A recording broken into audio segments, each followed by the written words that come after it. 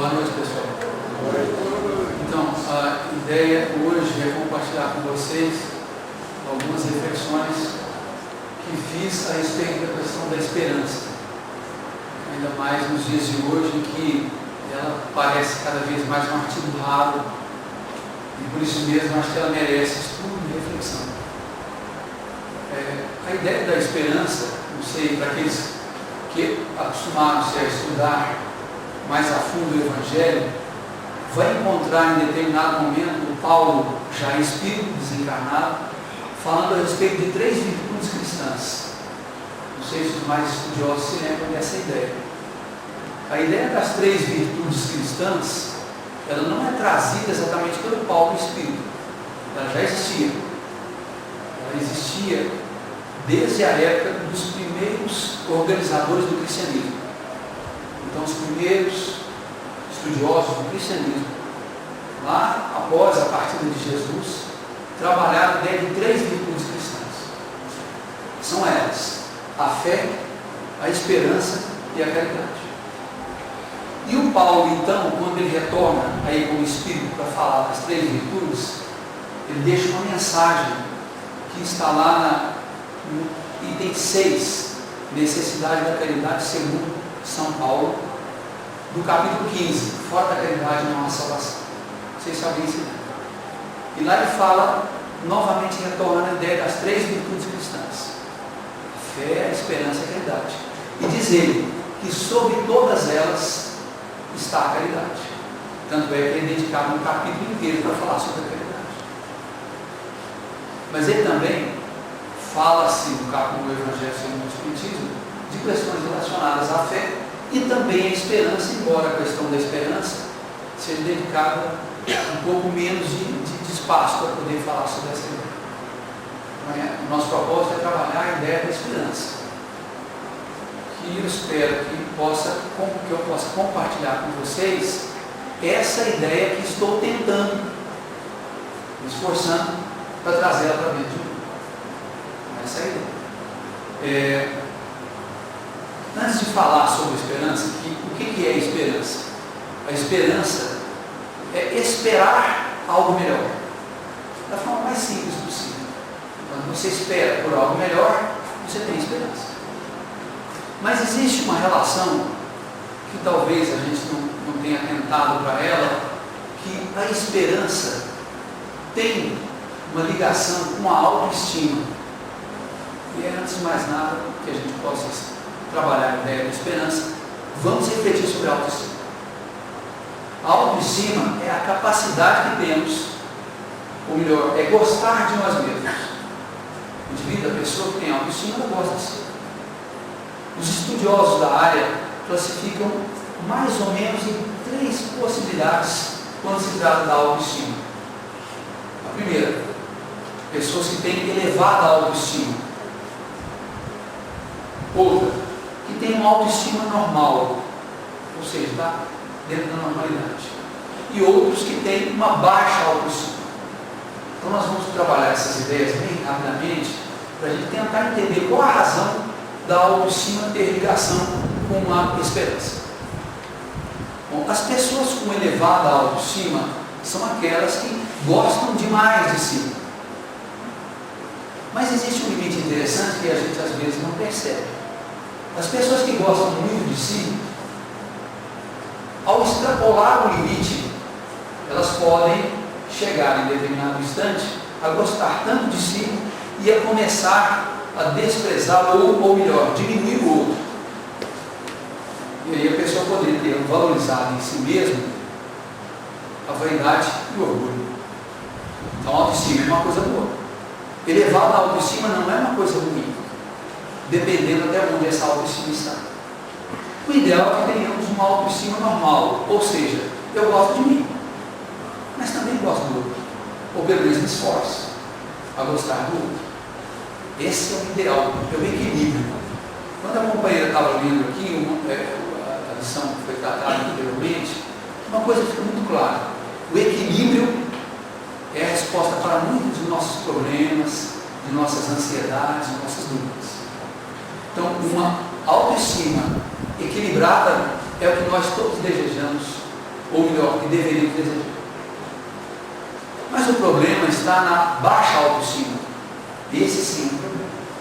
E isso tem ligação direta com a esperança. E eu explico por quê. A baixa autoestima seria a ideia da pessoa que não gosta de si. E isso não é tão raro se encontrar, infelizmente. Há pessoas que não gostam da sua aparência.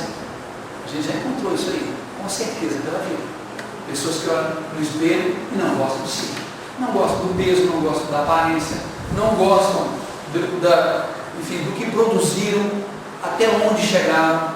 Esse sim é um problema. Mas o que tem a ver a baixa autoestima com a esperança? Aí eu fiz uma pesquisa e trouxe ela aqui para a gente compartilhar. Dentro das pesquisas eu encontrei um resultado do Centro Internacional para a Saúde e Sociedade de Londres. Então é uma área que lida com a questão da saúde, fazendo pesquisas e divulgando resultados. E nesse processo, eles chegaram a uma conclusão bastante interessante das pessoas que têm baixa autoestima e que foram detectadas, foram identificadas como pessoas com baixa autoestima e que foram procurar ajuda no sistema de saúde. Descobriu-se que essas pessoas, elas têm diminuição do sistema imunológico. É óbvio que nem todo mundo que está com problema do sistema imunológico tem problema de baixa autoestima. Mas há a probabilidade de que quem tenha baixa autoestima possa afetar o próprio corpo. É o desequilíbrio. Tem risco de infarto, AVC, doenças respiratórias, gastrointestinais e depressão. E interessante que na medida em que ele foi realizando o trabalho, ele percebeu que essa depressão tinha relação direta com pessoas que perderam a esperança do futuro. Olha que coisa interessante. A pessoa começou a não gostar de si, não conseguia ver um futuro, uma possibilidade, perderam a esperança e se adoeceram e foram parar no sistema de saúde da Inglaterra. E eu tenho certeza absoluta que no sistema de saúde do Brasil a coisa se repete. E vou usar mais. No sistema de saúde do mundo inteiro, isso deve se repetir. Pessoas que têm problema com autoestima, com baixa autoestima, tendem, muito provavelmente, a desenvolver alguma doença. Porque apagou-se nela a chama da esperança. E a esperança é uma coisa muito mais poderosa do que imaginamos. Agora então vamos voltar à ideia da esperança, que é esse artigo cada vez mais raro, em que conversando com pessoas a gente percebe que até mesmo na maneira de falar, alguns já perderam a esperança. Acham que nada mais é possível, que mudança alguma é possível ser realizada. E eu acho que a gente então precisa fazer um trabalho interno de tal forma que nós tiremos isso de nós. A esperança é fundamental. Para isso eu trago para vocês uma história que está nesse livro aqui. Ó. Eles estavam amarelando, literalmente amarelando uma prateleira lá de casa, e um dia eu tirei ele de lá, vocês podem ver que as páginas são de fato amarelas. Chama-se Histórias para Aquecer o Coração dos Pais. Esse aqui é uma série, então tem diversos livros, histórias para aquecer o coração dos adolescentes e tal. E daqui eu tirei uma história muito interessante. É importante ressaltar que se tratam de histórias reais. São relatos que pessoas fizeram, que foram coletados pelo autor, e ele apresenta essas vivências de pais a respeito de suas relações com filhos. E o caso que eu trago para vocês, para falarmos sobre esperança, ele nos apresenta a história de uma senhora que ela trabalhava no sistema de adoção de menores. Ela chamava-se Abby Blair. E ela trabalhava, não sei qual que é a condição atual, tentei encontrar pela internet, não foi possível. Ela trabalhava então nesse sistema de adoção. E ela recebeu determinada vez na sua casa de adoção um menininho pequitinho, que tinha um detalhe, ele não tinha os dois braços. Um pouco mais que um bebezinho, mas não tinha os dois braços. Ela deve ter olhado para ele e falado assim: isso aí ninguém vai querer adotar, e certamente quem vai cuidar dele em sua fase adulta vai ser o Estado. Ou seja, o Estado teria que adotar essa pessoa, porque provavelmente ninguém ia querer adotar uma criança que não tivesse 2 bracinhos. E lá, como aqui, isso não é verdade.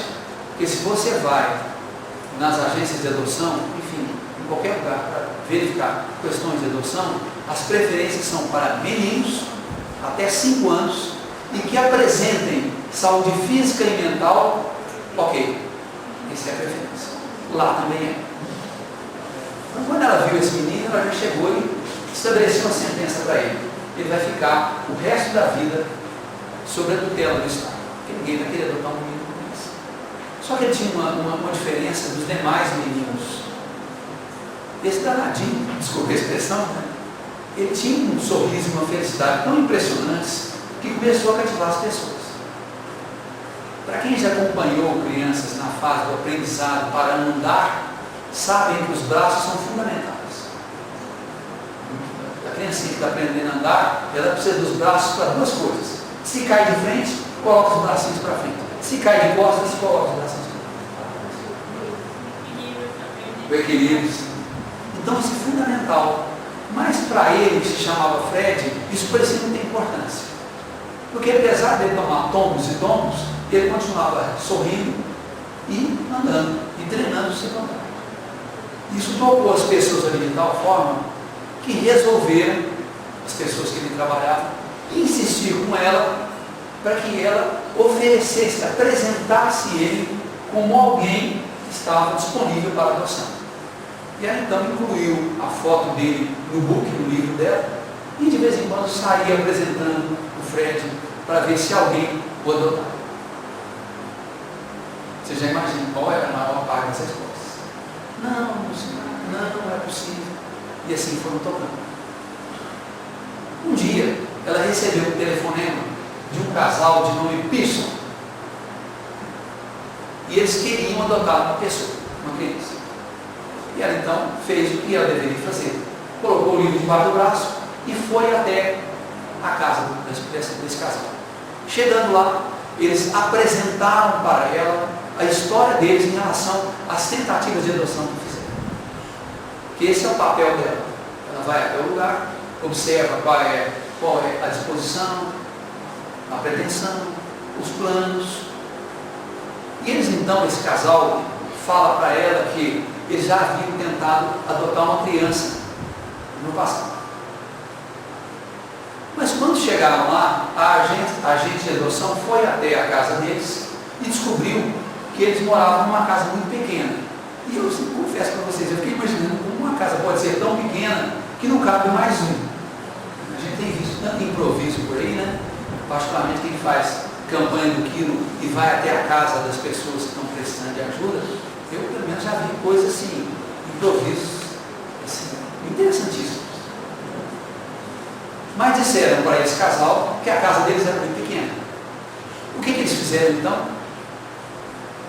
O Sr. Pearson tratou de trabalhar para conseguir dinheiro para comprar uma casa maior. Vai aqui um detalhe. O Sr. Pearson era caminhoneiro. Não sei se tem algum caminhoneiro aqui. E caminhoneiro aqui, como lá, não tem muito dinheiro para poder comprar uma casa. Mas ele se esforçou. Trabalhou, conseguiu comprar uma casinha maior, mudou-se para ela. E aí o casal voltou àquela agência de adoção na tentativa de agora sim, vamos nos preparar para adotar uma criança. Quando chegaram lá, outra negativa. Já tinha passado muito tempo, eles tinham envelhecido. Então não era mais possível liberar os pais de adoção. E a Eva então estava observando aquilo ali, tratando dessas questões, e perguntou para eles, qual que é a condição que vocês têm para poder adotar uma criança? Essa é uma pergunta fundamental. Disseram, nós precisamos de um menino, mas esse menino precisa praticar esportes com o meu marido. Porque quando ele estudava, na época em que eu o conheci, ele praticava esportes. E ele precisa disso. Então, nós precisamos de um menino que possa ajudá-lo nessas questões. ela já falou, pronto, o Fred não vai dar. E aí ela começou a apresentar os meninos que se enquadravam na idade que eles queriam, para ver se eles encontravam alguém. E por fim, quando eles parecia que eles não estavam simpatizando com ninguém, ela resolveu apresentar o Fred. Chegou, apresentou ele, eles olharam. E eu trago para vocês o diálogo, porque eu jamais conseguiria passar a emoção que tem esse diálogo aqui. Então eu prefiro dar uma lidinha rapidinha, para vocês verem o diálogo que ela transcreve aqui nesse livro, e que fala da conversa dela com o casal a respeito do Fred, que não tinha os 2 bracinhos, e era candidato a ser adotado por um pai que queria alguém que praticasse esportes. Então ela olha a fotografia, e o esposo vira para ele e fala, o que você acha, Fran? Ela vira para ele e fala, futevôlei. Você pode ensinar futevôlei para ele. A senhora Pearson disse entusiasmado. Para mim isso aqui já é a porta da esperança. Me desculpe o Silvio Santos, né? Mas já é a porta da esperança, está aberta. Porque alguma coisa acontece diferente na hora dessa. O esporte não é a coisa mais importante. O importante é aprender a como usar a cabeça. Ele pode viver sem os braços, mas nunca sem a cabeça. Pode ir à faculdade, vamos economizar para isso. O Sr. Pearson falou. E ela volta. Um menino é um menino. A esposa dele fala. Insistiu a Sra. Pearson. Ele precisa jogar alguma coisa. Você pode ensinar. Ele fala, vou ensinar. Os braços não são tudo. Talvez consigamos os braços para ele. Não sei se vocês perceberam pelo relato da agente de adoção, eles esqueceram que ela já estava ali. Quer dizer, já não estavam mais envolvidos com a ideia do diálogo com ela para saber se era possível adoção. Eles já estavam fazendo planos para o futuro. Guardem a ideia de planos para o futuro. A esperança tem muito a ver com isso. Eles se esqueceram de que eu estava ali. Mas talvez o Sr. Pearson estivesse certo. Talvez um dia Fred pudesse ter braços artificiais. Na verdade, ele tinha protuberâncias onde os braços deveriam estar. Então tinha uns pedacinhos de braço que era possível, com certeza, adaptar algumas próteses ali. Ainda mais que, bom, a medicina dessa época não era tão avançada quanto a de hoje. Então vocês gostariam de vê-lo? Ela pergunta. Eles me olharam. Quando podemos apanhá-lo? A conversa já não era mais que eles queriam ver, eles já queriam ir. Vocês já acham que podem ficar com ele? A Sra. Pearson me olhou. Se podemos, ela disse, podemos? E o marido respondeu, nós o queremos. Essa coisa é tão forte, tão poderosa, que eu fico me imaginando vendo um diálogo como esse, que a princípio parecia impossível. Alguém querer uma criança sem os 2 braços, que estaria destinada a praticar esportes com um pai que o adotaria.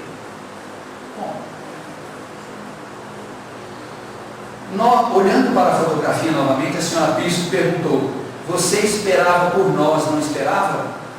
Olha que coisa interessante. O nome dele é Fred, mas vocês podem trocar. Não, Frederick Pearson, o nome combina com o nosso. E assim, ela vai relatando, e pelo que ela relata ali, no dia, na véspera de Natal, ela leva ele para que ele vá conhecer os futuros pais, né? E mostra uma cena tocante, né? Para aquelas pessoas que são mais emotivas, é muito tocante. Ela deixa o menino, os futuros pais estão do outro lado, elas deixam ele vai assim, e meio desequilibrado, e vira para eles, e ela fala assim, pode ir. E ele vai e os abraça, e eu quero crer que tudo tenha dado certo, porque eu tenho esperança que tudo tenha dado certo. Para mim essa história da esperança é muito poderosa, porque, veja bem, às vezes nós nos desesperamos ou nos preocupamos por coisas tão pequenas, e um menino que literalmente, aos olhos mais racionais, não tinha futuro, e alguém acordou. Mas olha que interessante, relatos de esperança, eles estão espalhados aí pela história afora. Lá pelos anos 80, eu me lembro de um relato que apareceu no Fantástico. Eu não tenho detalhes, porque também faz muito tempo. Mas uma coisa que eu nunca me esqueci foi que um repórter foi até um morro porque ouviu falar que havia uma senhora numa favela que estava adotando crianças. Aí imaginou-se bem, uma pessoa que mora numa favela não deve ter tanto dinheiro assim para adotar crianças. Então ele foi até lá. E chegando lá, ele encontrou uma situação onde, de fato, uma senhora adotara algumas crianças e servia refeição para outras. Quem conhece a realidade de uma favela sabe que a coisa não é brincadeira, né? A possibilidade de que uma criança vai entrar para um mundo de violência ou de tráfico existe, ela é real. Mas ela estava ali adotando crianças e recebendo alguns que ela dava alimento quando os pais não estavam ali por perto ou por alguma razão não estavam na casa. E o repórter, sem entender direito como é que aquilo poderia acontecer, como alguém poderia, vivendo uma situação como ela vivia, que é uma situação de uma vida simples, modesta, receber crianças e dar alimento para eles. Para elas. E aí ele pergunta para ela: você não tem medo de faltar comida para eles amanhã? Essa para mim é a pergunta mais pragmática que alguém pode fazer quando se relaciona nas questões do amor. Nada pode ser tão pragmático quando perguntar para alguém que ama o que ele vai fazer com as questões materiais. O repórter tinha toda razão. Eu me colocaria numa situação semelhante a essa. Ela vira para ele e fala: nunca me faltou absolutamente nada. Então a entrevista deve ter sido encerrada para ele, porque eu acredito que o repórter não deve ter encontrado muita força para continuar. E mostra mais uma vez essa questão da esperança. Agora fique imaginando onde essas pessoas encontram esperança. A pergunta que eu acho que ela é interessante: é possível ensinar alguém a ter esperança? É possível. É possível. Ou a esperança é algo que a pessoa adquire com as vivências que ela possui, inclusive com os exemplos que ela vê através dos outros. Então talvez até seja possível acender a chama da esperança em alguém. Mas a esperança é uma coisa construída dentro de cada um de nós, assim como a fé. Não se ensina a fé. Fé é uma coisa que a pessoa desenvolve na medida em que ela vê situações de sua volta e ela tem vivências. Então como é que pode nós que estamos preocupados com diversas situações, e todas elas eu acredito são as mais justas possíveis, relações, quanto é que eu vou pagar minha dívida, como é que está o meu emprego, posso perder o emprego, as dificuldades que eu estou passando, que tudo é muito justo, mas às vezes a gente se desespera. E se olharmos não para o ano de 2020, que eu quero crer que a gente não tenha perdido a esperança, né, nesses 20 dias. Mas se olharmos para o ano de 2019, nós devemos nos deparar muitas vezes com momentos em que nós perdemos a esperança. Não é verdade? Muitos de nós perdemos a esperança no mundo. E olha que interessante. Onde é que eu vou buscar a esperança para fazer com que ela faça parte de mim e que me auxilie a enfrentar as dificuldades do dia a dia, sem a pretensão de que em algum momento da vida eu não venha nunca mais a ter desesperança em algum momento da vida? Porque por nossas imperfeições a desesperança vai bater na nossa porta de vez em quando. Mas nós precisamos ter a capacidade e a força de vontade de reerguer, levantar, porque tem alguma coisa que nos conduz. Quando eu falei na questão da capacidade do indivíduo gostar de si próprio, uma coisa me chamou a atenção na época em que eu estudei esse tópico e analisei, e uma coisa ficou bem clara para mim: relacionamentos na família. Nós precisamos ter muito cuidado nas relações interfamiliares, da forma como a gente trata aqueles que estão conosco, o risco que temos de afetar a autoestima dessa pessoa e dificultar mais ainda as coisas que às vezes já não são tão fáceis para alguns. efetivamente nós somos diferentes uns dos outros. Nós somos muito diferentes. O grande desafio que temos, que me parece, inclusive aqui no Brasil, é nós aprendermos a lidar com as diferenças. Isso parece cada vez mais gritante à nossa volta. Aprender a lidar com as diferenças. E dentro do lar, esse pode ser um problema.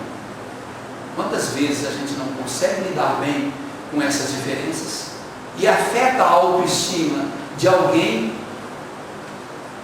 prejudicando ele em alguma situação, ou diminuindo as suas capacidades, ou piorando a situação que às vezes ele se encontra, particularmente quando o indivíduo é adolescente. Pré-adolescência e adolescência são momentos fundamentais para o futuro do indivíduo. Essa hora é uma hora assim, complexa dentro do lar. É a hora interessante para entendermos, olhar para o outro, tentar entender o outro, e ainda, além disso, não massacrar a sua autoestima. Porque esse é um problema sério. Eu me lembro que quando eu conheci o Espiritismo, lá para os anos 80 também, um detalhe me chamou a atenção, que naquele Espiritismo mais, assim, mais do começo, pelo menos na casa espírita que eu frequentei, era muito comum alguém chegar na casa espírita e em busca de ajuda. Hoje é comum. As pessoas buscam na casa espírita em busca de ajuda, não é isso? Orientação, ajuda, algumas vezes material, mas a maior parte das vezes são questões da área espiritual, da área psicológica, estão em busca de socorro.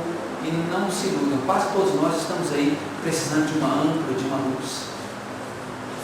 E não era muito difícil a gente ouvir alguém falando assim, deixa de besteira, você está pagando o seu carro.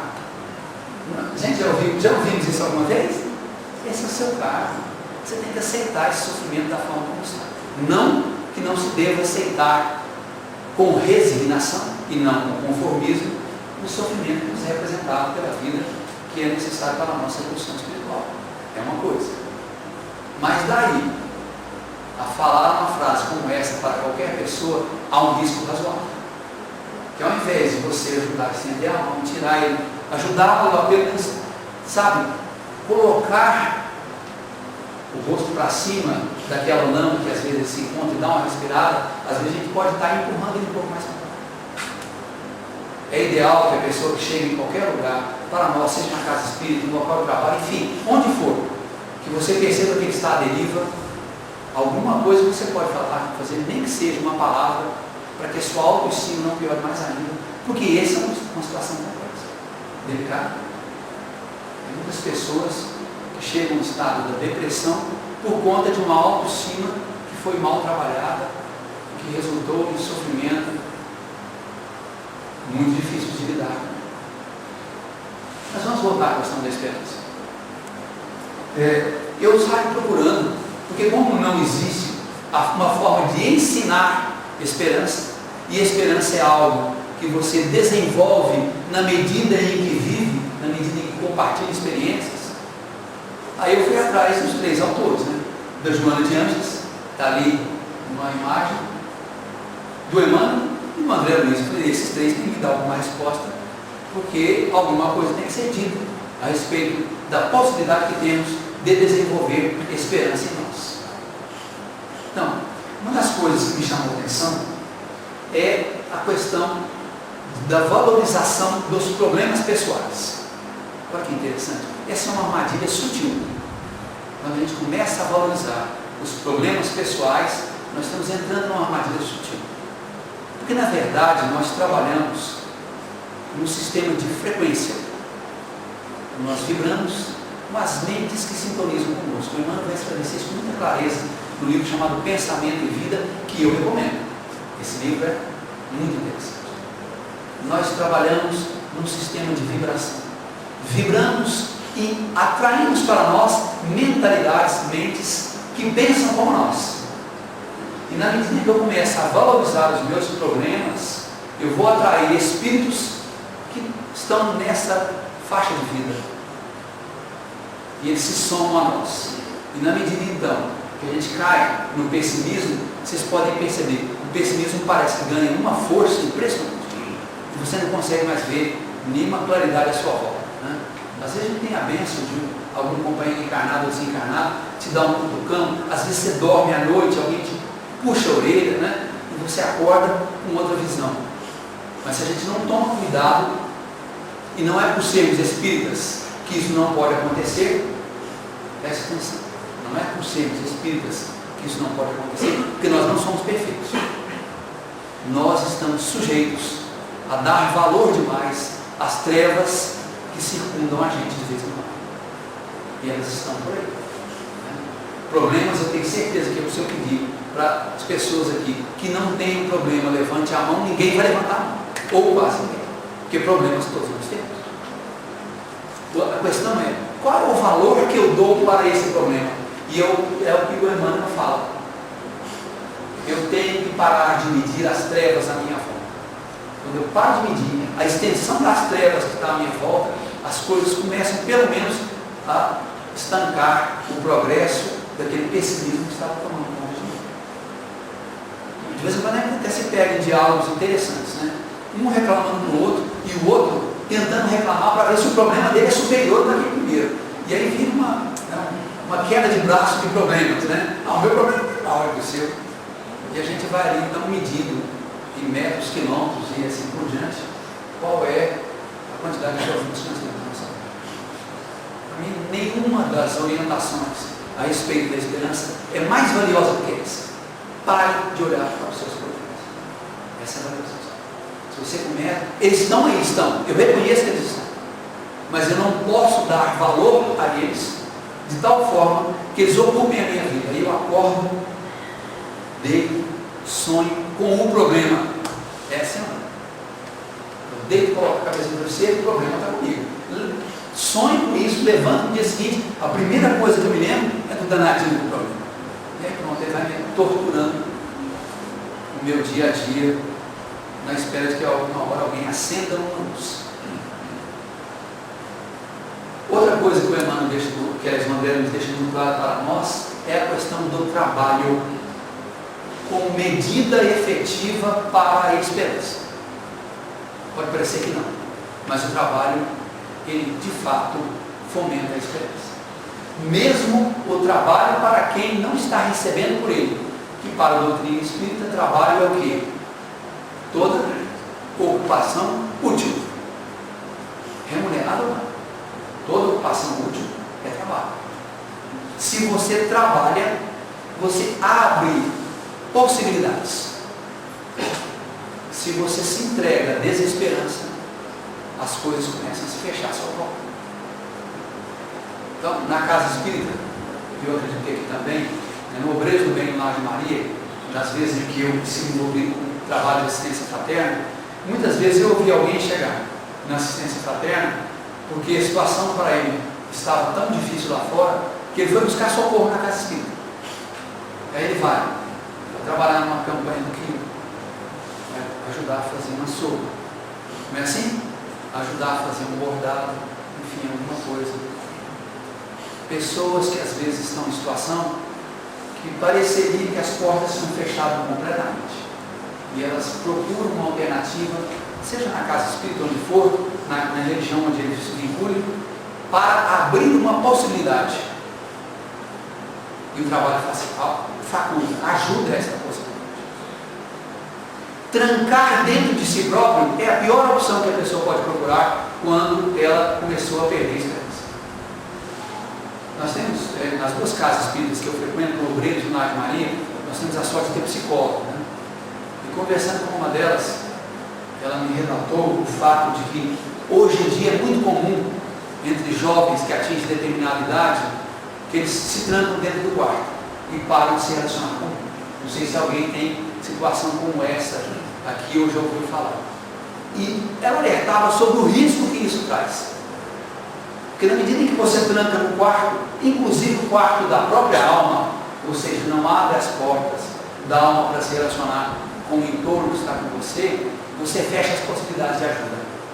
Porque voltando a André Luiz, ele dizia o seguinte: Deus ajuda os homens através dos próprios homens. Ou seja, quando você precisa de ajuda, Deus não vai aparecer na tua frente, não. E se aparecer, desconfie, viu? Porque está bem acima da nossa capacidade de entender Deus. Quem aparece na nossa frente são espíritos encarnados ou desencarnados. Esse é que nos ajuda. E se eu tranco-me dentro do meu quarto, seja o quarto físico ou da minha alma, eu fecho para as possibilidades que poderiam haver. Porque na medida em que relacionamos com as pessoas, é que abrem-se oportunidades. Fechar-se no próprio quarto é um risco sério. Fora, como dizia ela, que as pessoas que se fecham dentro de si próprias abrem as portas para a depressão. E cada vez mais que se fecham, mais a depressão se aproxima. Voltando à ideia, nós trabalhamos, de acordo com o Emmanuel fala para nós, em sintonia com as almas que respiram na faixa de existência que nos encontramos. Essa é a nossa forma. Então, se você quer conhecer qual é a pleiade, a gama de espíritos, e não são poucos, podem ter certeza disso, que caminham contigo, você pode procurar essa resposta, qual é a classe dos meus pensamentos e de minhas atitudes, dos meus sentimentos. Se você encontra a resposta para isso, você vai saber quem te acompanha. Se eu estou no auge do pessimismo, pode ter certeza, espíritos pessimistas estão aqui. Eu atraí a ele, eu desatraí, como se fosse uma antena, um detalhe. No mundo espiritual, nas nossas relações com os espíritos, nós funcionamos como transceptores. Nós tanto emitimos como recebemos. É uma via de mundo. Então, na medida em que eu emito o meu desequilíbrio, eu encontro alguém que se compraz com aquilo e se aproxima de mim. E depois afastar processos como esse não é fácil. Exige muito esforço.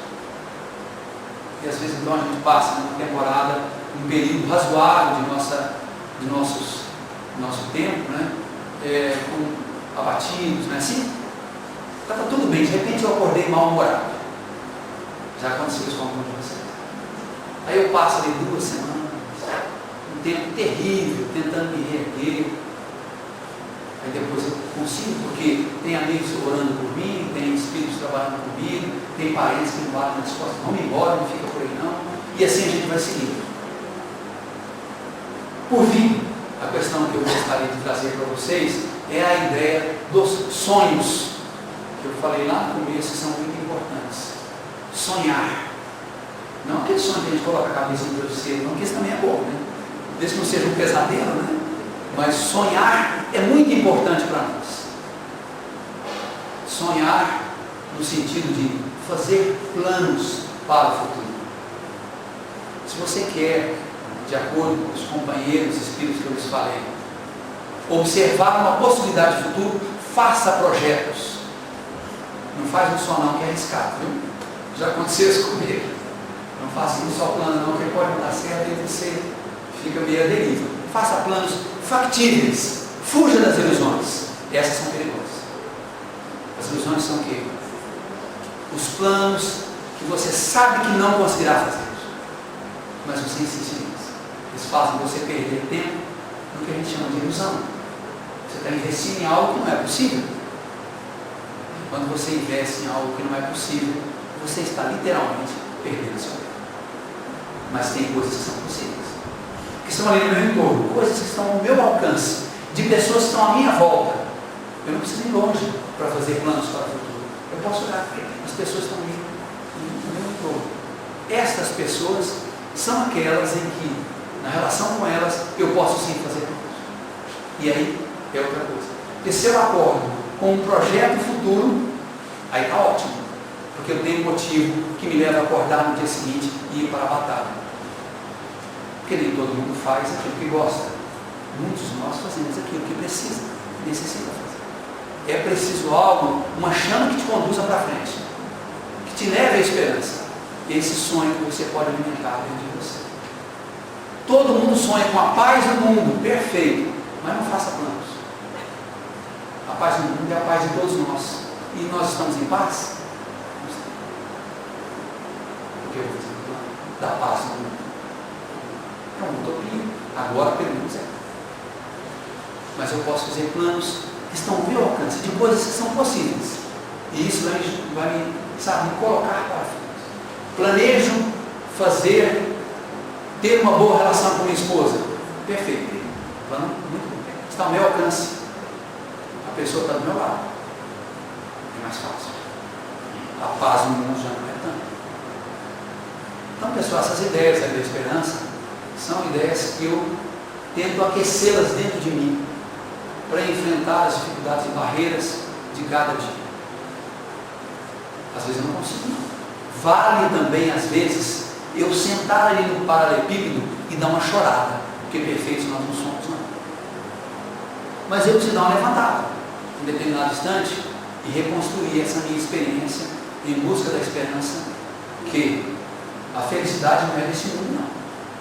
Jesus já disse que ela é de outro mundo, mas eu posso começar a construir ela agora, e esse é o papel nosso, começar a construir a felicidade agora, com todos os obstáculos que a vida me apresenta. Se me apresenta, é porque eu trouxe eles para mim de alguma forma. Ok? Vocês ficou alguma dúvida, alguma questão? Eu gosto de fazer as minhas exposições no máximo com 45 minutos. E o Zé Roberto até falou, você tem até as 9. Eu falei assim, eu tenho, mas não vou conseguir usar. Gostaria de saber se vocês têm alguma coisa para comentar, para preparar, qualquer que seja, se der ao meu alcance também. Olha, eu agradeço a generosidade de vocês em ouvirem. São reflexões que eu compartilho com vocês. Não sou uma pessoa perfeita de forma alguma. Estou cheio de defeitos e imperfeições. Estou batalhando para me tornar uma pessoa melhor. E espero o meu projeto de vida ser um pouquinho melhor do que quando eu entrei nessa encarnação. Esse é o meu propósito. Por isso eu compartilho com vocês essas reflexões para que isso possa, de repente, servir para vocês também. Não vamos nos esmorecer diante de tanto pessimismo, diante de tanto baixo astral, de tantas pessoas que já perderam a vontade de seguir em frente. Abre o smartphone, olha aquele monte de notícias, dá até desespero, né? Eu já estou tomando o hábito de fazer assim, vou chegar até o final. Então, vamos, de alguma forma, acender aquela chama que a gente está equivocadamente deixando de apagar aos pouquinhos. Obrigado a você.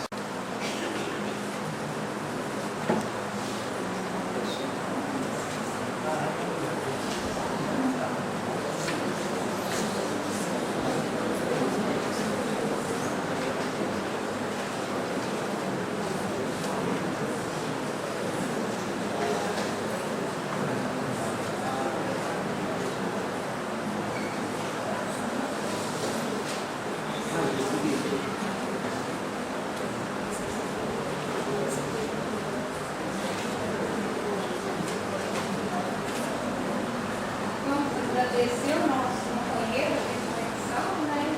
Me lembro de uma historinha também, que é desses eventos de autoajuda. Um companheiro pediu tudo lhe foi concedido, e ele continuava angustiado. Aí ele foi questionado, você pediu tudo, e você esqueceu de pedir esperança. Então vamos agradecer, porque Jesus ampara cada um de nós na reflexão de manter essa autoestima num nível melhor, porque o verdadeiro cuidado tem que ser conosco, né? Tem alguém nos visitando pela primeira vez? Sejam bem-vindos. Nós temos várias atividades na casa, temos folheto aqui, divulgando todo o trabalho, a hora do passe pode recolher, tá bom? Nós também temos a pizza, né, Zé, no próximo sábado, e a gente falou de tarefa agora mesmo, função, é uma necessidade grande para esse trabalho, né? Tem quem confecciona, tem quem entrega, tem quem vende, e é uma